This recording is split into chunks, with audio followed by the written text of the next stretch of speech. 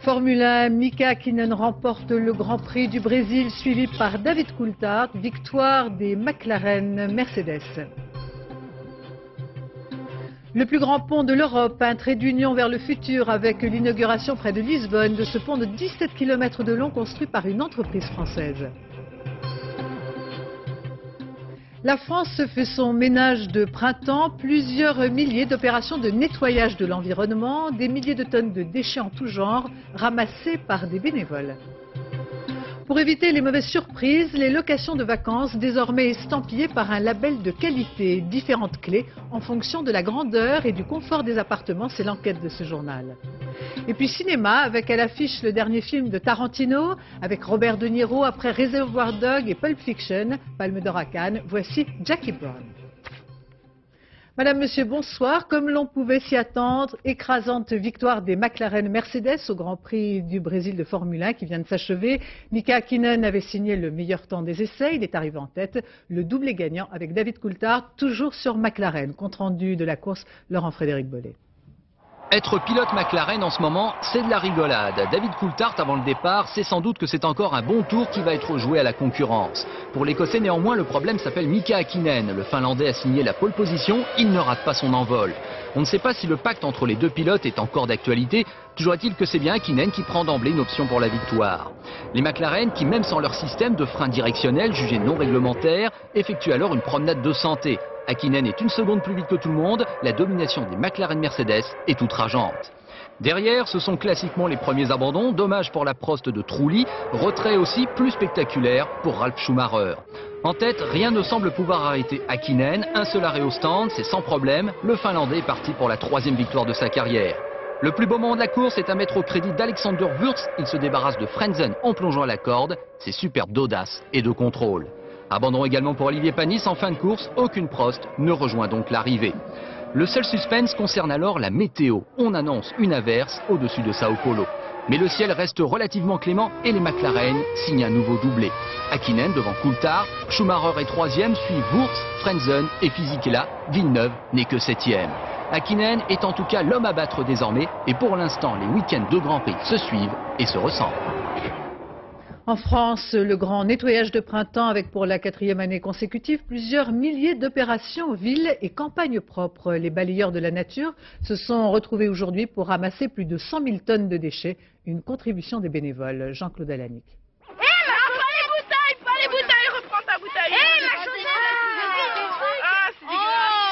Une leçon de choses pas très ragoûtante pour ces collégiens alsaciens et une pêche pas vraiment miraculeuse pour ce grand nettoyage de printemps organisé dans toute la France.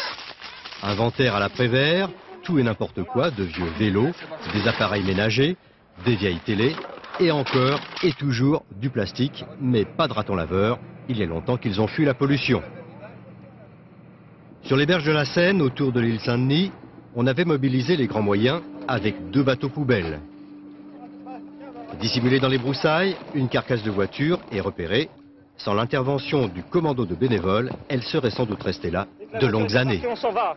Arrivé à un stade, je pense que les pouvoirs publics sont dépassés et se renvoient de l'un à l'autre les responsabilités depuis de nombreuses années. Une mobilisation pour la bonne cause et pour tout le monde, les gros bras comme les petites mains. Et les écologistes en herbe ne sont pas les derniers à penser à leurs futurs enfants. Si on laisse tous les papiers sur la terre, quand nos enfants, la terre, il y aura tous les papiers. Et... Après une journée comme ça, on est très fatigué, mais on se dit au moins dans notre journée on a fait quelque chose, on a rendu service. Si on arrive à laisser un lieu comme ça propre, il restera propre peut-être pendant 15 jours, 3 semaines, mais c'est ce qui est gagné sur la pollution qui continue de plus en plus. Quant à s'attaquer à la pollution de la mer, c'est un vrai tonneau des Danaïdes. Pourtant, à Biarritz, on n'a pas hésité à se jeter à l'eau et à écumer la plage. Ce n'est peut-être qu'une goutte d'eau pour préserver notre environnement, mais c'est le geste qui compte. Au Portugal, l'inauguration aujourd'hui du plus grand pont de l'Europe, jeté entre les deux rives du Tage, près de Lisbonne. 17 km pour cette architecture futuriste qui porte le nom du navigateur portugais Vasco de Gama, dont on célèbre le 500e anniversaire de la découverte de la route maritime vers les Indes. C'est une société française qui a réalisé cet ouvrage qualifié d'un des plus grands chantiers du siècle après le tunnel sous la Manche. Alban Nicosi. Sans aucun doute, voici l'un des ouvrages marquants du XXe siècle.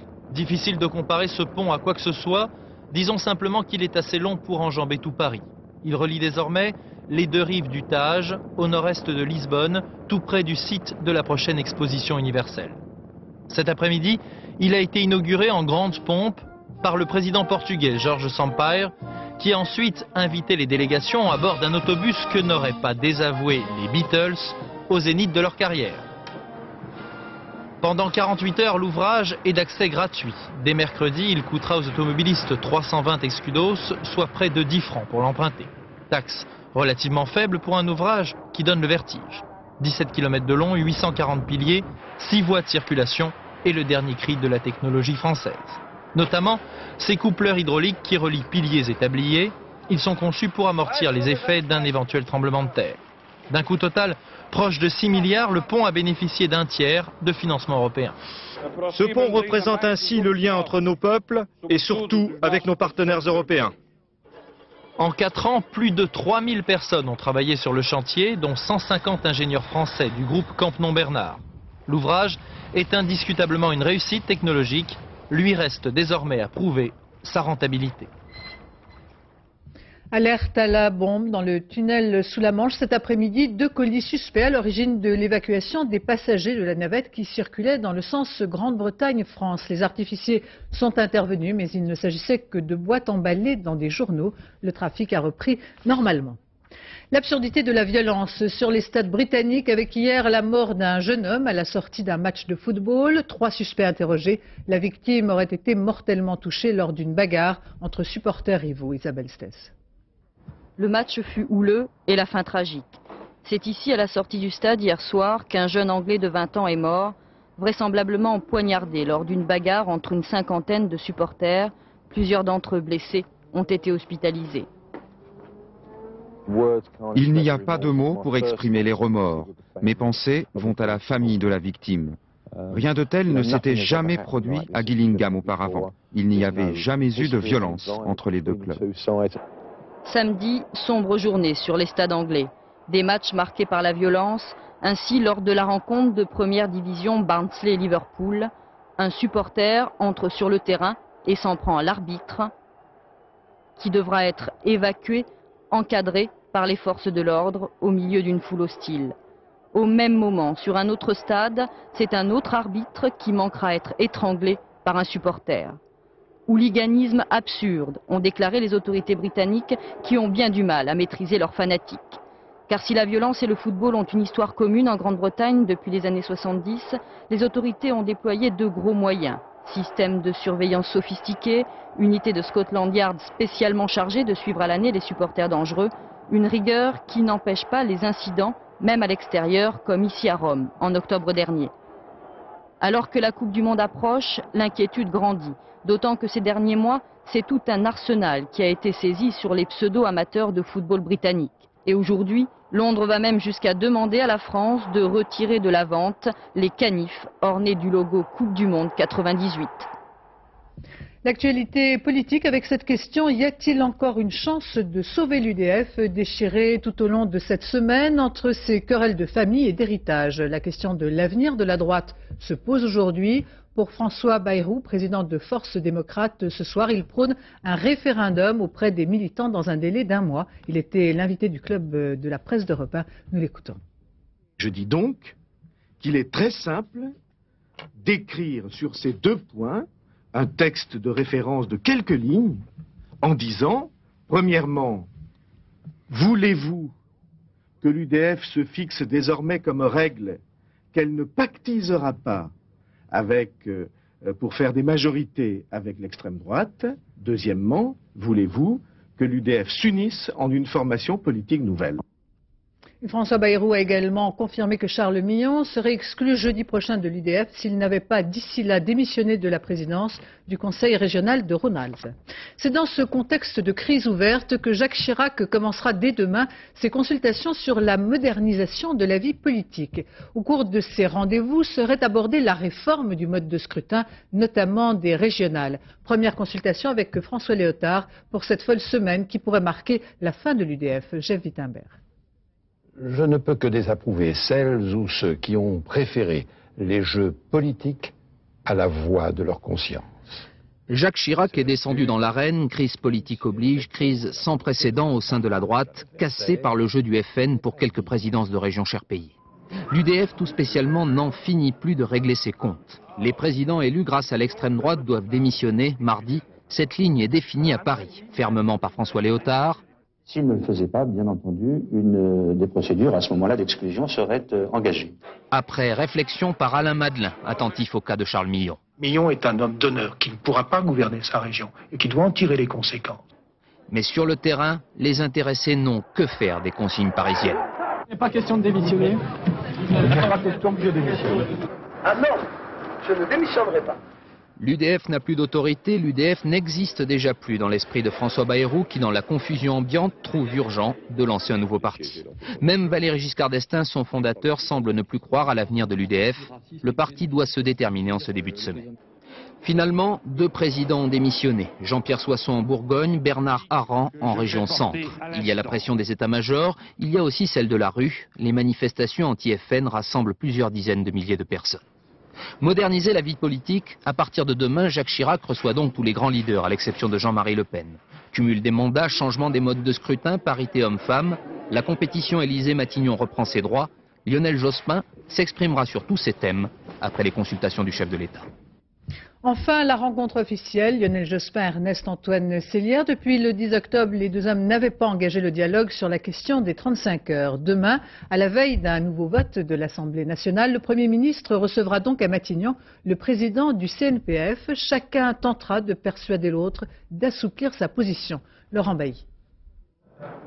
Un président du CNPF déterminé à faire assouplir la loi sur les 35 heures, un Premier ministre non moins déterminé à la préserver. La rencontre entre Lionel Jospin et Ernest-Antoine Seillière s'annonce orageuse. Dans ce rapport de force, le patron des patrons dispose d'une arme redoutable, la dénonciation des conventions collectives. Ces textes procurent aux salariés des conditions de travail plus avantageuses que le minimum légal. En menaçant de revenir sur ses acquis, Ernest-Antoine Seillière espère infléchir la position du gouvernement, soucieux de paix sociale. À titre d'avertissement, il a d'ores et déjà dénoncé les conventions dans les banques, l'industrie du sucre et le commerce en centre-ville. Fermeté donc, mais sur le terrain, dans les PME, de plus en plus d'employeurs ignorent la consigne du CNPF de ne pas négocier et discutent avec les syndicats les modalités du passage aux 35 heures. Le gouvernement mise sur ce dialogue, mais sa force, c'est que le débat parlementaire a déjà eu lieu. Le projet de loi déjà voté sera définitivement adopté en mai. Pourtant, le gouvernement est lui aussi confronté à une fronde. Les échéances électorales passées, des députés verts, communistes et une partie du groupe socialiste veulent maintenant durcir le texte dans un sens défavorable aux employeurs. Lionel Jospin et Ernest-Antoine Seillière auront matière demain à souligner leurs contradictions respectives. Quand on reparle des emprunts russes, avec aujourd'hui ces états généraux qui ont regroupé à Paris plusieurs centaines de petits porteurs qui dénoncent une fois encore la lenteur des procédures. En France, 200 à 400 000 personnes détiennent ces emprunts qu'on leur promet d'indemniser année après année. Demain, le thème sera abordé à l'Assemblée avec l'examen d'une loi d'indemnisation. Sophie Mézel, François Granier. En ce temps-là, la France croyait en l'avenir, au placement. La spéculation allait bon train.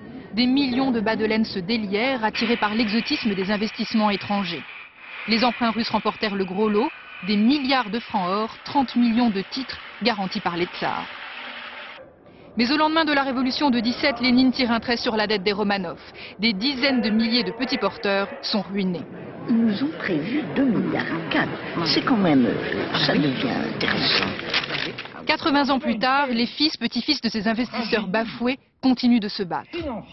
Mai 97, la Russie accepte de verser 2 milliards de francs, à peine 1% du montant total de l'emprunt. Pourtant, pas un copec n'a été distribué.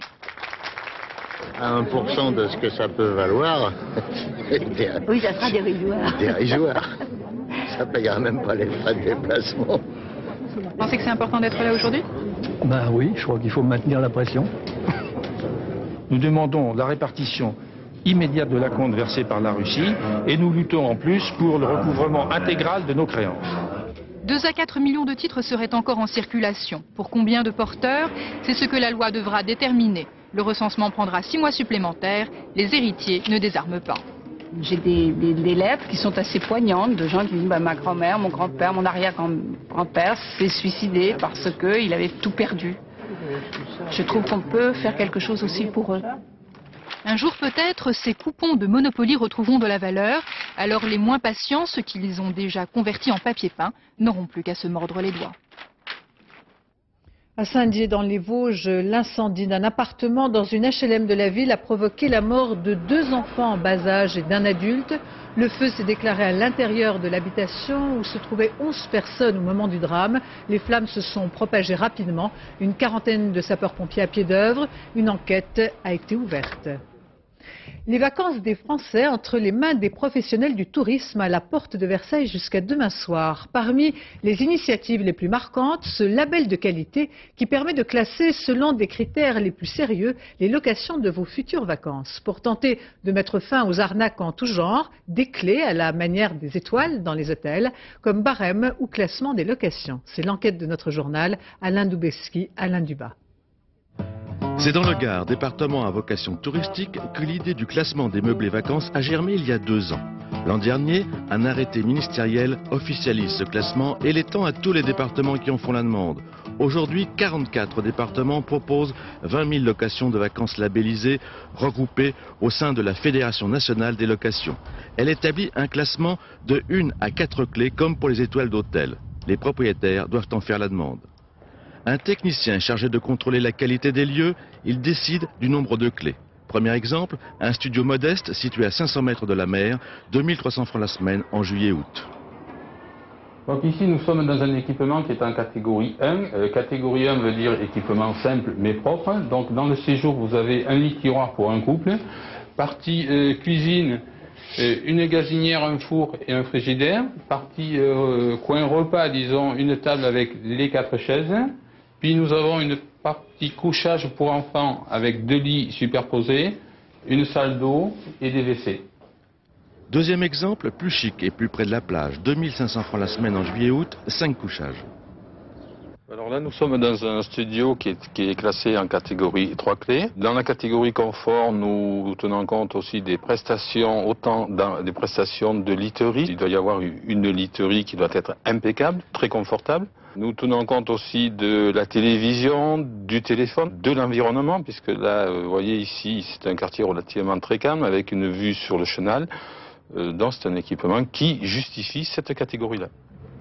Les directions départementales du tourisme fournissent les adresses de ces locations labellisées, par l'intermédiaire des offices de tourisme. Ce classement était devenu indispensable. On s'est rendu compte il y a une douzaine ou une quinzaine d'années que la qualité des équipements qu'on mettait sur le marché ne correspondait pas à la qualité que nos clients touristes étaient en droit d'attendre de l'hébergement de vacances dans nos départements. Alors ceux qui n'ont pas le réflexe de louer avec un label, quel recours ont-ils en cas de déception? S'ils ont un problème dans un des autres départements, qu'ils n'hésitent pas à s'adresser au comité départemental de tourisme, aux offices de tourisme ou au service de la consommation et de la répression des fraudes.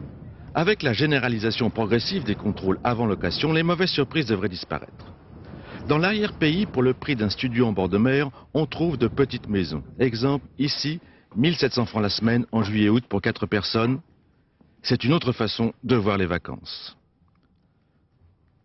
Enfin, cette fois c'est un peu plus cher, l'arrière-pays propose également ce genre d'habitation, celle dont on rêve en feuilletant les magazines. En bord de mer, ces locations classées 4 clés seraient inaccessibles au plus grand nombre. Ces grandes maisons, divisées en plusieurs parties indépendantes, se louent de 4 600 à 7 000 francs la semaine pour 6 à 8 personnes. Ici, tout est déjà réservé jusqu'au mois d'octobre. La saison peut commencer. Entre la France et l'Angleterre, un nouveau pont culturel avec l'organisation de stages pour les enfants venus des côtes françaises. Juste la Manche à traverser pour tenter d'apprendre dès l'âge tendre la langue anglaise. Reportage Étienne Lénart. 8 heures. C'est à l'heure où d'ordinaire, le mercredi, les enfants des écoles sont encore au lit, qu'une dizaine de petits courageux s'apprêtent comme chaque semaine à envahir l'Angleterre. J'attendais que ça. Je passais mon temps à dire on était à un quart d'heure de l'Angleterre et il n'y a rien à faire et on n'arrive pas à trouver une solution. Et donc voilà, Nessie Stemni est arrivé avec son projet, c'est génial. 35 minutes entre Coquelles, côté français, et Folkestone, côté anglais. Pour nos vieux routiers, la traversée de la Manche dans un tunnel est désormais d'une affligeante banalité. J'ai pas calculé, ça fait une heure, une quarantaine. On avait peur que ça s'arrête un peu dans le tunnel. C'est déjà arrivé, on se demandait si on allait repartir ou pas. Il est 9h, heure anglaise, à Folkestone. Uniforme mis à part, Nadia, Lucas et les autres sont invités à chanter, lire et penser en anglais. 300 eggs a year. Let's try the hen again. Hen. That's better. Okay. J'aimerais bien qu'ils savent parler en français parce que moi je sais pas parler anglais encore. Si les paroles viendront plus tard, la gestuelle, elle, est universelle. En Angleterre, à l'heure du déjeuner, il peut être salutaire de savoir dire non avec la tête, non merci, même si les spécialités locales sont appréciées. C'est un peu moins bon, mais c'est bon quand même. Ça dépend des goûts, mais moi j'aime bien ça. C'est que c'est de la gelée avec des quartiers de pommes dedans. Pour 140 francs la journée, il y a même au programme l'incontournable leçon de cricket, cette discipline aux règles incompréhensibles pour toute personne saine de corps et d'esprit. En 6 mois d'expérience, l'entente cordiale fonctionne déjà à plein régime, le plus important n'étant pas pour l'instant l'apprentissage de la langue de Shakespeare. C'est plus que la langue, c'est pour les penser que nous, les Anglais, sont une partie d'Europe maintenant, même les Français. 14h30, Alexandra rentre à Calais, des millions de choses à raconter, d'autres inconsciemment enregistrées, qui semaine après semaine lui donneront sans doute cette conviction que l'anglais n'est pas une langue si difficile à apprendre, surtout lorsque l'on habite juste de l'autre côté du tunnel. Une campagne d'information et de prévention sur l'asthme organisée par l'Ordre des pharmaciens. Près de 3 millions d'asthmatiques sont concernés par cette campagne. Depuis 30 ans, le nombre d'enfants souffrant d'asthme a augmenté d'environ 6 à 10%. Une maladie qui touche pour un tiers jeunes et adolescents. Reportage Françoise Vallet, Alain Locaccio. Cindy a 15 ans. Ses parents sont asthmatiques et tout naturellement, elle se pose des questions. Bonjour mademoiselle. Oui, sur l'asthme. Je vais vous remettre les 2 documents que nous avons. Alors, il y a un document... Cindy reçoit des informations et peut procéder à un test gratuit qui permet de contrôler sa capacité respiratoire. Un autre document où vous allez souffler dans l'embout comme si vous vouliez éteindre une bougie. Prenez bien votre respiration et ensuite vous soufflez. Voilà. Parfait. De toute façon, son souffle est normal, Cindy est rassurée. En cas de problème, le pharmacien lui aurait conseillé de voir un médecin.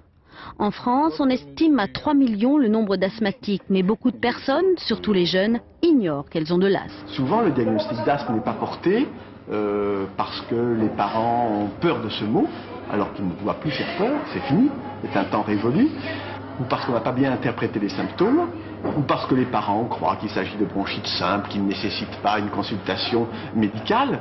Or, plus tôt la maladie est détectée, plus il est facile de la soigner.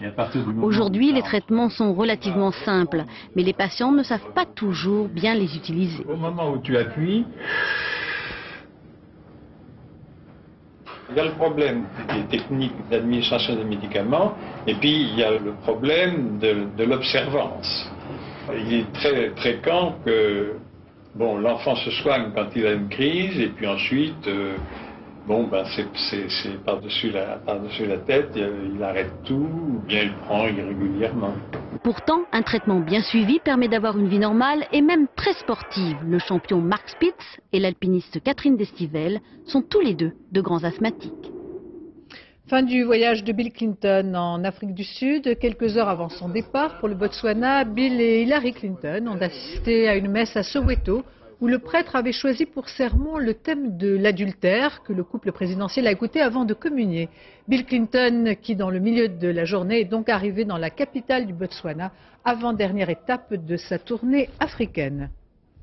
Aux États-Unis, le secrétaire d'État américain Madeleine Albright déclarait hier que le processus de paix israélo-palestinien était au bord de l'effondrement. Alors que Dennis Ross, l'émissaire américain au Proche-Orient, entame sa 3e journée de consultation avec Benjamin Netanyahou, la situation est sur le terrain extrêmement tendue. Charles Anderlin. Un Premier ministre sous pression.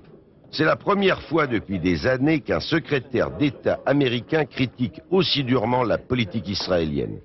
Fini les sourires, comme ici en septembre dernier lors de la visite de Madeleine Albright à Jérusalem.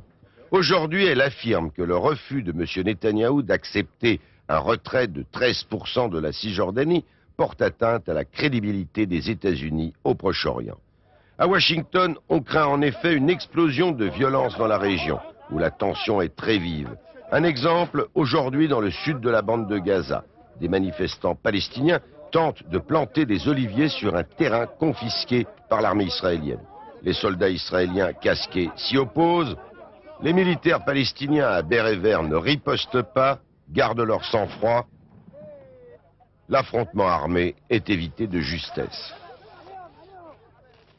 Dennis Ross, le médiateur américain, tente de désamorcer la crise. Il poursuit ses entretiens avec Benjamin Netanyahou et Yasser Arafat. Pour le processus de paix, ce sont peut-être les négociations de la dernière chance. En Algérie, les forces de sécurité auraient tué 70 islamistes lors d'opérations de représailles, opérations qui se sont déroulées ce week-end dans l'une des provinces où les massacres du Ramadan avaient été les plus odieux. Selon la presse, une centaine d'islamistes auraient été par ailleurs assiégés. En Irak, apparition surprise de Saddam Hussein rendant visite à des habitants de 2 villages dans le centre du pays. Le chef de l'État a tiré des salves en l'air en signe de joie alors que des villageois célébraient sa venue par des chants traditionnels. La télévision irakienne a diffusé ces images inhabituelles alors que les experts de l'UNSCOM inspectaient son palais de Tikrit, sa ville natale. Aux États-Unis, violente tornade dans l'Illinois. Plusieurs maisons ont été totalement détruites, de nombreux dégâts pour cette tornade qui se déplaçait sur 1 kilomètre de long, balayant tout sur son passage. On évoque souvent l'influence positive des animaux sur le traitement de maladies psychiques, comme certaines dépressions, voire même d'autisme. Même si l'on continue à s'interroger sur les bienfaits réels de ces thérapies, je vous propose de suivre l'histoire de cet enfant de 8 ans qui a prononcé ses premiers mots après avoir passé quelques jours dans un centre médical de Miami avec des dauphins. Claude Crespo. S'il te plaît, plongeons dedans. Une expression, 2 mots. Ce fut le bonheur pour les parents de Nikki. En 8 ans, il n'était jamais sorti de son monde du silence. Et ce sont les dauphins de ce centre de Miami qui l'ont aidé à parler. Il m'a regardé, il m'a dit « dedans ». J'ai insisté pour qu'il parle clairement, j'ai posé mes mains sur son visage comme ça. Il a articulé « dedans ». J'ai insisté et ensuite il a crié « dedans ». À El Al en Israël, un autre centre utilise cette thérapie extraordinaire. 3 dauphins jouent les instructeurs auprès de jeunes patients autistes. Et à chaque fois, le contact s'établit. Les dauphins font passer des sons aux autistes que nous n'entendons pas. Et ça c'est sûr, nous le voyons, nous l'enregistrons. Les parents de cet autre petit garçon, Billy, lui aussi muet, aimeraient bien que le miracle se reproduise. Un miracle qui a un prix élevé, 100 000 francs les 3 semaines du séjour américain. Ceci explique peut-être les réticences d'autres spécialistes des dauphins. Ils redoutent de voir naître trop vite des espoirs thérapeutiques. C'est une expérience inoubliable de se baigner avec les dauphins, de jouer avec les dauphins. Rien que de les voir, on voit que les gens sont ravis, juste de les voir en vrai.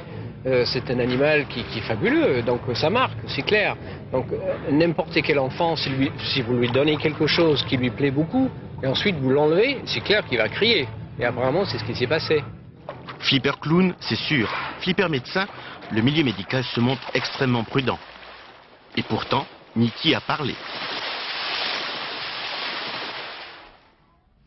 L'homme des glaces, surnommé Hibernatus, cette momie vieille de 5300 ans est exposée au public pour la première fois dans un sarcophage réfrigéré dans le nord de l'Italie. Une fenêtre d'environ 50 cm installée à l'intérieur de la cellule réfrigérée à moins 6 degrés et avec une humidité proche de 100% permettent aux visiteurs d'admirer la dépouille de cet homme de l'âge de bronze.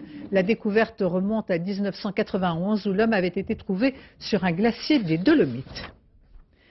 À Paris, la foire du trône. Pour la dernière fois, sur la pelouse de Reuilly dans le bois de Vincennes, les forains redoutent ce déménagement imposé par la mairie pour raison de sécurité. Avec eux, c'est toute une page de l'histoire de la fête foraine qui se tourne. Reportage Louis Carzou, Bruno Libertou.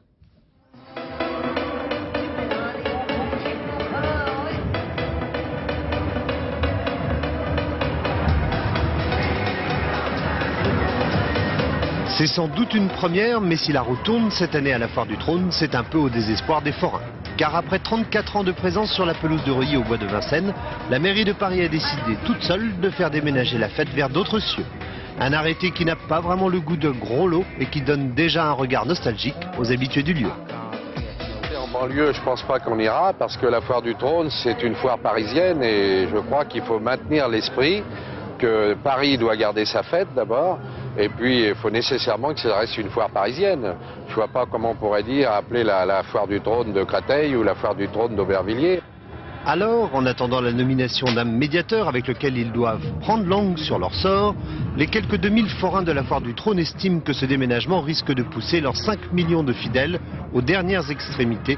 En clair, ne plus venir à la fête. Moi, ça représente 60% de mon chiffre d'affaires de l'année, quoi. Parce que, si vous voulez, c'est la meilleure fête de France pour nous. Et puis, c'est une tradition. Une tradition que Parisiens et Parisiennes pourront tout de même goûter cette année jusqu'au 1er juin, avec un record à battre. L'an dernier, il s'est consommé là-bas 90 tonnes de frites, de gaufres, de chichis, de croustillantes, de guimauves. Sport à présent, le tirage au sort des demi-finales de la Coupe de France de football ont eu lieu ce matin. Le Paris Saint-Germain affrontera Guingamp et Lens, le club de Lyon. Ces deux matchs se joueront le 11 avril. En tennis, l'américaine Venus Williams a remporté cette nuit le tournoi de Key Biscayne en Floride.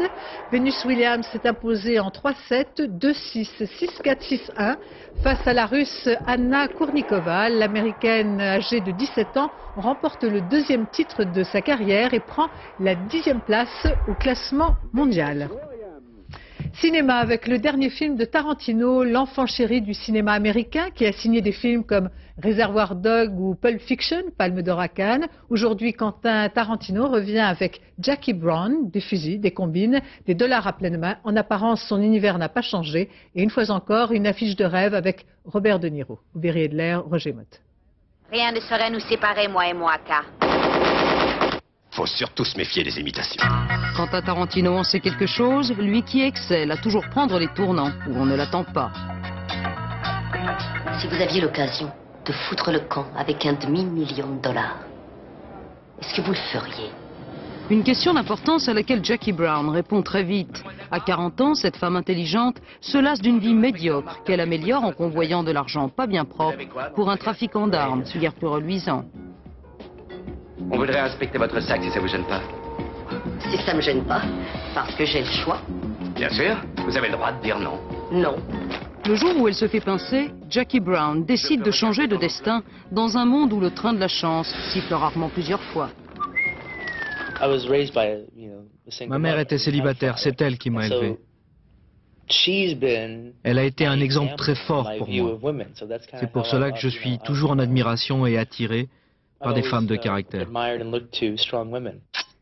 Tarantino a le talent de rendre inimitables des histoires au demeurant ordinaires dans l'Amérique d'aujourd'hui. Mais avec ce film, il montre qu'il sait aussi parler d'amour. Car dans sa course au magot, Jackie Brown saura trouver un allié de cœur pour lutter contre des flics hargneux et une bande d'escrocs aussi dangereux qu'imbéciles. Tu veux bien aller voir, poupée? Objection pour toi. Attention, m'oblige pas à te foutre ton pied au cul. Allô, c'est pour toi.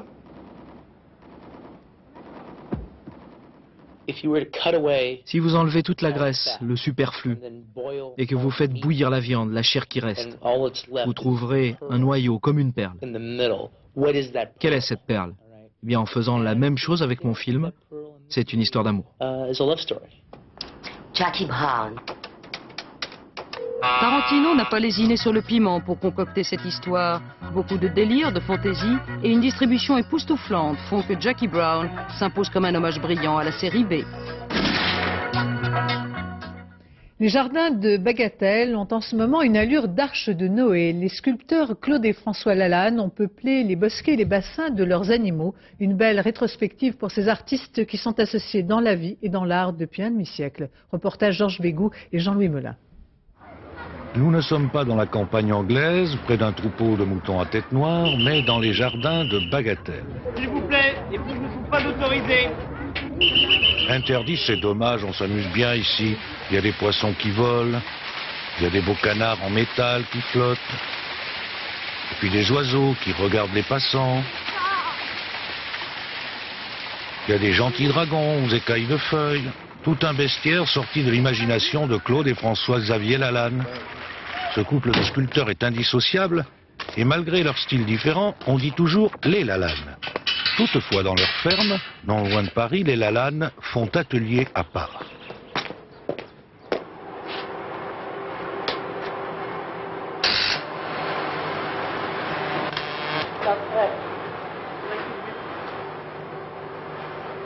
La première fois que j'ai travaillé le métal, j'ai cru que c'était une matière atrocement difficile, mais pas du tout. Ça se travaille très facilement. On peut le plier, on peut le poncer, le couper, et ça se fait très facilement. Je me sers beaucoup des végétaux, et parce que d'abord j'ai un jardin, j'aime jardiner, j'aime voir pousser les choses. J'essaye toujours que les choses restent vivantes.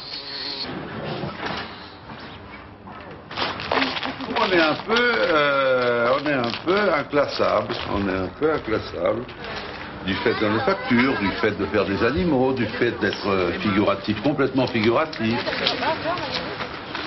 Comme ce petit garçon, il vous arrivera peut-être de croiser les Lalanne à Bagatelle.